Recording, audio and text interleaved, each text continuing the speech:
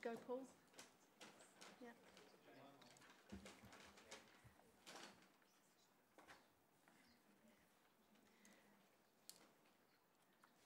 Okay, it's 2 o'clock, so shall we make a start? Thank you all for your attendance this afternoon. I have apologies from Councillors Ali, Foster-Grime and Haslam. Is there any others that we know of? No. Councillor Anstey will be joining us at some stage. He's trying to make it here as quickly as he can, so he will be with us. Item 2 is urgent business. There are no urgent items, and I asked to remind you that we are live streaming on the interweb, so we're going out live, so if you mind that in your comments, if you would, please. No swearing, not that you ever do. Item 3 is we have a new member. Unfortunately, she doesn't appear to be here today, but we are to note the appointment of Councillor Susan Emmett from Rochdale as member, and is the replacement on the retirement of Councillor Neil Emmett. I'm advised that Susan, some of you that have been on the committee far longer than I, Susan is a long-standing member of this committee, and obviously her contribution will be very much welcomed. Okay, item 4 is declarations of interest. You do have within your pack the requisite form, which I will expect you to have filled in, were you to have any. I'm not aware that anyone has any, but obviously fill that form in and get that in if that were the case for you. So item 5 is minutes of the last meeting. Are we happy to consider those as a correct record? Any omissions or? Nope. So we're happy with those? Yep. Wonderful. Brilliant. We're whizzing through. So item 6 is committee work programme, and David's going to take us through that detail. Thank you, Chair. The report sets out the proposed work programme of the committee through to March. The only addition that I was going to raise was the request that came from the last meeting about a report on the activities of POS Landcare in relation to the former landfill sites that they acquired in 2012. So we are due to receive a report from them in January. So the proposal is that we bring you a full report to the March committee meeting once we've actually received that report, reviewed it, and then we can discuss it with you at March. Okay. Did anyone have any comments on that? If not, we're happy to note the contents. Yes? Well, you're very quiet this afternoon. Too many sandwiches. Thank you. So item 7 is register of Gmca key decisions, and David will present that to you. Yep. So set out in the report are 3 key decisions. First is the modification of waste facilities, which at the previous meeting the committee delegated to myself in consultation with the chair and also Gmca chief executive just to conclude contract conditions. So those are in the final process of being agreed. Once that's done, the key decisions register will be updated to reflect the enactment of that decision. On the resource and waste strategy item, we've been advised by Waste and Resources Action Programme, WRAP, not to start any consultation exercise in relation to the development of our waste strategy until the national waste strategy is published, which DEFRA are advising will be this year. There isn't much of this year remaining, but it's anticipated that it will be definitely before the end of December. Once that happens, then the committee will receive a further report around the contents of the national strategy. And then the final item is around additional capital expenditure. That will be dealt with for fire suppression and detection through the new contracts, which will be coming into place next year. So again, the register will be updated to reflect that. Does anyone have any comments on that report? Yeah. David, is this the English waste strategy to replace the European Directive 2020 then 2030?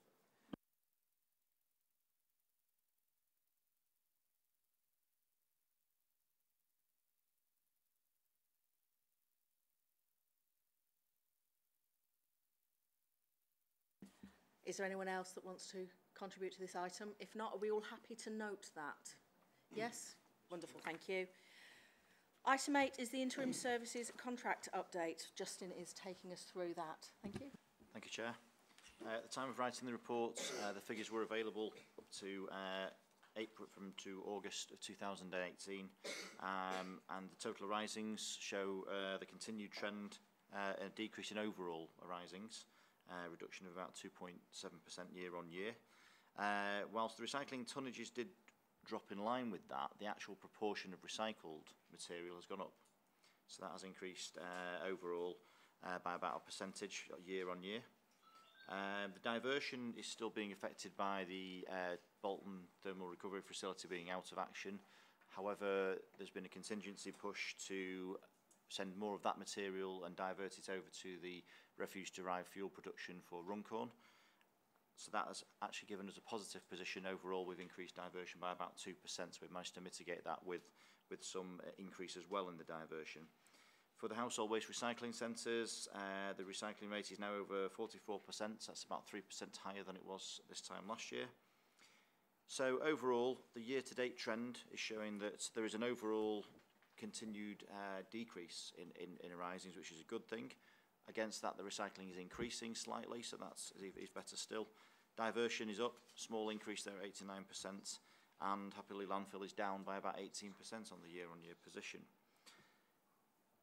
To update you on the MRF contamination in the report there at 2.6, it shows that the contamination rates, that is the post-process material that's been sent through and what is then couldn't be removed for recycling by the process, is still around 17.5%, similar to last year. However, the upfront rejects, as reported in the previous meeting, have increased. We're looking at about 450 tonnes there of material that has been collected, but unfortunately wasn't acceptable to go through the process.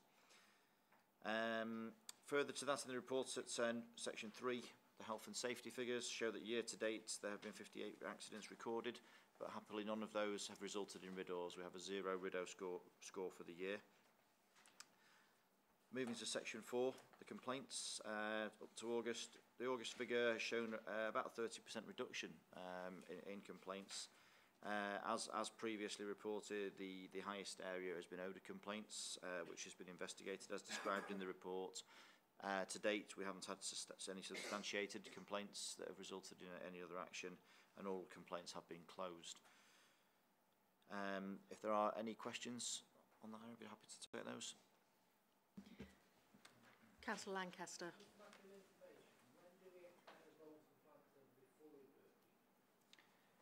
The current position is that we're in the November planned maintenance shutdown, so it came back up in June, but we had issues with startup that meant we didn't get full operation from there. That is without the turbine. This is just incineration of waste. The problem with November was that although we had downtime before, we'd ordered specific parts for the boiler tubing that were scheduled to arrive in November as normal, and there was no way of bringing them forward into the earlier close down period. So unfortunately that's meant that we had to then go back into the planned maintenance for November, which is where we are at the moment. So that, no it won't, not at this moment. The turbine replacement is subject to a different part of this report, but to just cover this initial question, it will be the 6th of December we are scheduled to come back online, and the turbine is under procurement and is scheduled for the early stages of 2020. You're typically looking at anywhere between 12 and 18 months for the turbine from when you place the order for it to be manufactured, shipped, installed and commissioned. So we're in the final stages of concluding the procurement process on that. Councillor Akbar. Yeah. It's noted that obviously odour complaints were the highest, but obviously we had a hot summer, an unusual hot summer. How do they compare with the previous year? I'm assuming that odour complaints would go up with the better summer weather. In that part of the year, they are comparable, yes. The hot weather doesn't always automatically bring a change in that. In the case of these complaints in each area that they've been brought, they are areas that are, shall we say, they have a number of other potential sources of odour in that area, and it is quite usual that one of the first places they will head for have been, well, in particular 2 of our sites. We have, as it describes in the report, that we have a third party who goes out and monitors odour in the area, as well as the site staff that always respond. In most cases now they've gone out there, and even in the case where they've met with complainants, there hasn't been a substantiated odour that said, oh yeah, this is certainly coming from the plant, and they've had to respond to that. They always do take it serious, though. We ensure that they do go and investigate in each case and put in any mitigation measures if it has been detected as coming from the site. Okay, so was there anyone else? If not, were you content to note that report? Yes, thank you. So moving on to item 9 is update on budget. Thank you, Chair. So this is the Part A report. It is accompanied by a Part B report, which sets out some of the commercial considerations. So if you do have questions of that nature, if you can ask those in the latter part of the agenda. So what the report is covering is forecast outturn for 18-19 and then future year's budget. So for 2018-19, based on tonnage data to date, projecting forwards, we are predicting a balanced budget position, which is set out at 2.1 in the report. Now, some of the variations that will drive our budget come down to waste flows. And what we've seen are variations in the waste arisings, in particular lower levels of residual waste, trade waste and bio-waste coming into the system, which will reduce costs. But these are then countered by the issues with processing of pulpable materials, gate fees in China, reduced levels of third-party income. So whilst you make a saving in some areas, you pick up additional costs in others. But the overall position is for a balanced budget. That figure also includes an anticipated return of 1.5 million back to districts, and discussions on the individual amounts going back to each district are underway with treasurers. The report also sets out the proposed budget for 1920. Now, this is based on the medium-term financial plan, which was developed by former GMWDA. Ultimately, the figures will depend on a number of factors coming through the procurement process, the extension of the runoff contract, which I will cover in more detail in the Part B report. So the process to actually set the budget is it will go through scrutiny with the leaders and treasurers of Stockport and Bolton, as happened previously during the GMWDA regime, and it will then go forward to the CA in February for approval, which is where the final budget will be set. So you will see at the January committee a further report around the budget as well. The last point to cover is that what we will need to do over the next few months is revisit the LAMA, the Levy Allocation Methodology Agreement, because that will need to be updated to reflect the new cost base coming through the new contracts, because there will be a difference between the elements of fixed and variable costs. So that process will start once we know who our appointed preferred bidder is, and we'll be developing that with chief officers and treasurers so that that can then be agreed before it's applied. Okay, thank you. Questions? No, all happy with that? Okay, Councillor Garrido. Thank you, Chair. If I'm reading this correctly on 2.2.1, it would seem that there are four, this is probably not a financial question, more a technical one, but it would seem that there are 4 areas where there's been a reduction in the amount of waste that's come in. Now, I wonder what the reason for that is, because to me that gives some cause of concern. You know, what's happening to that waste? Where's it going?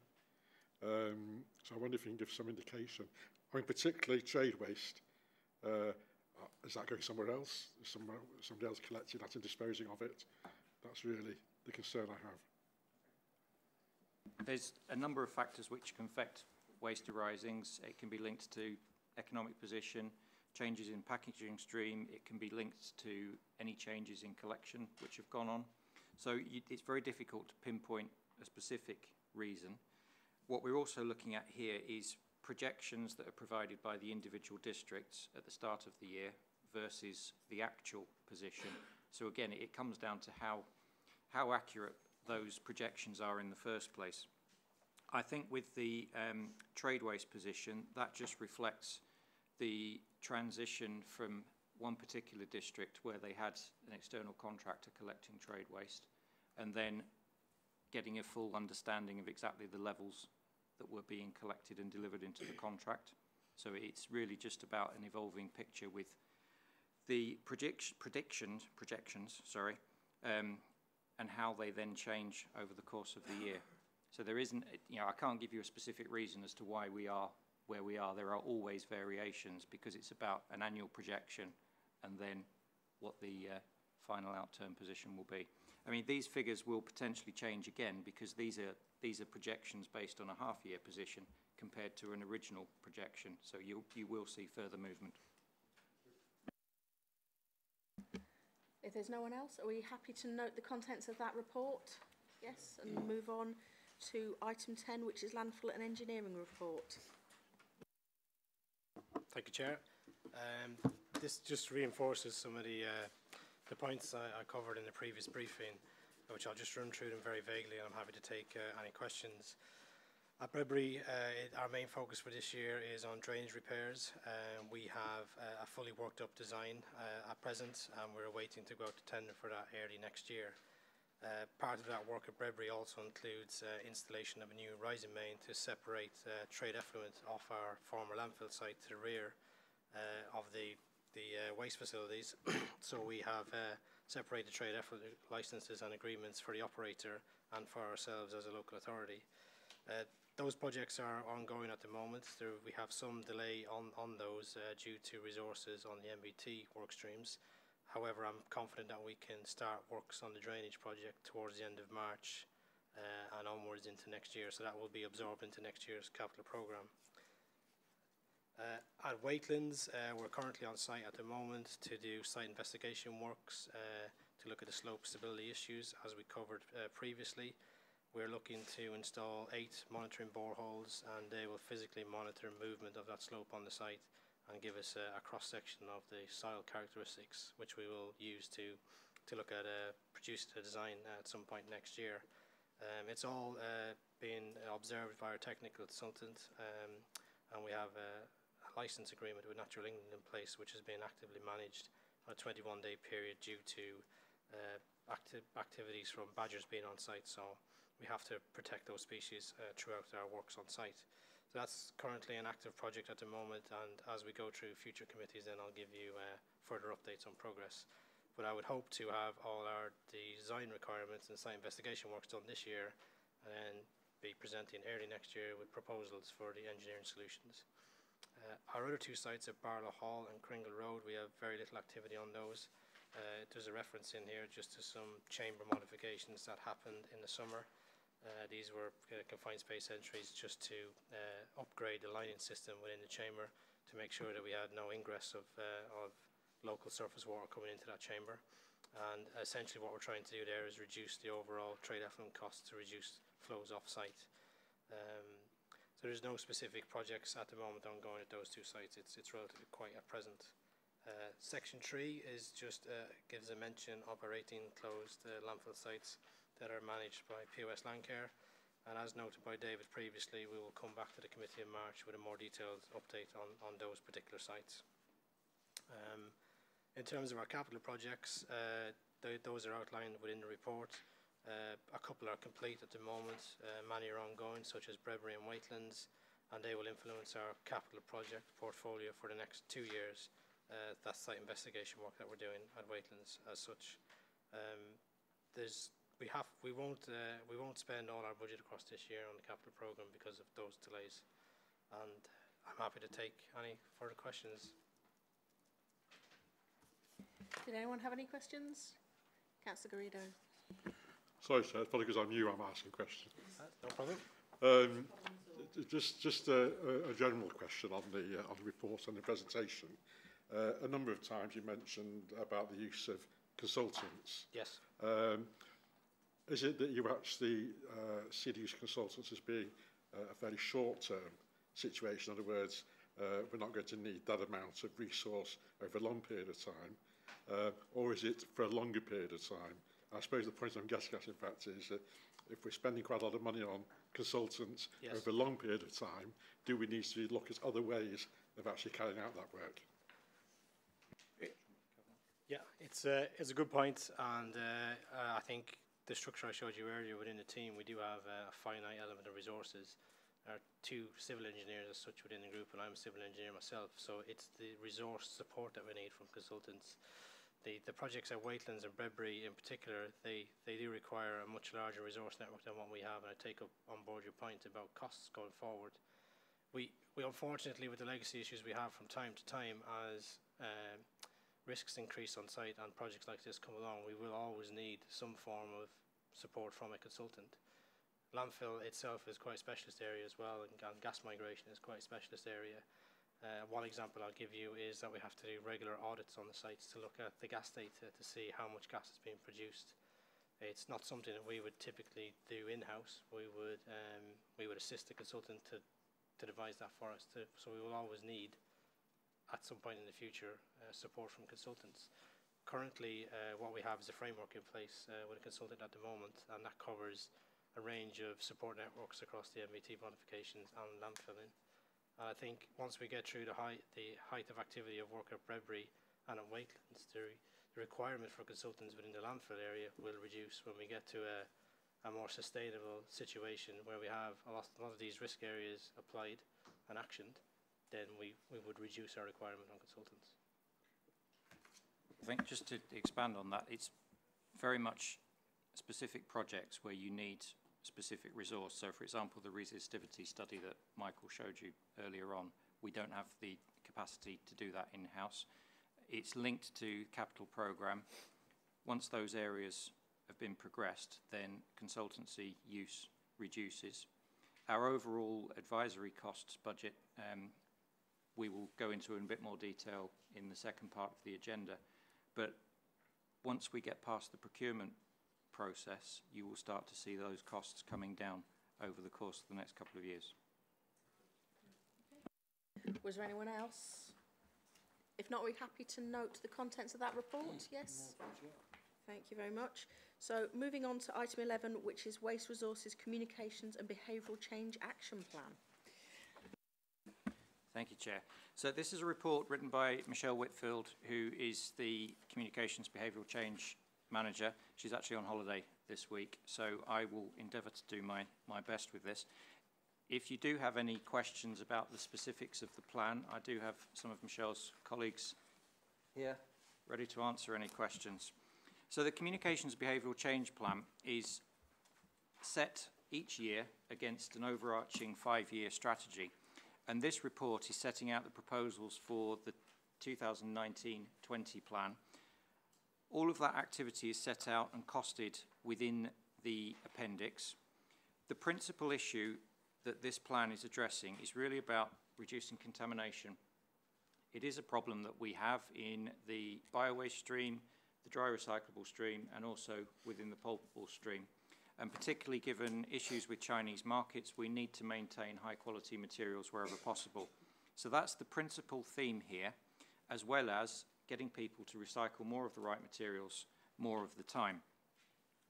So the report is setting out the overall plan, methods of monitoring, evaluation, and it also identifies the proposed budget.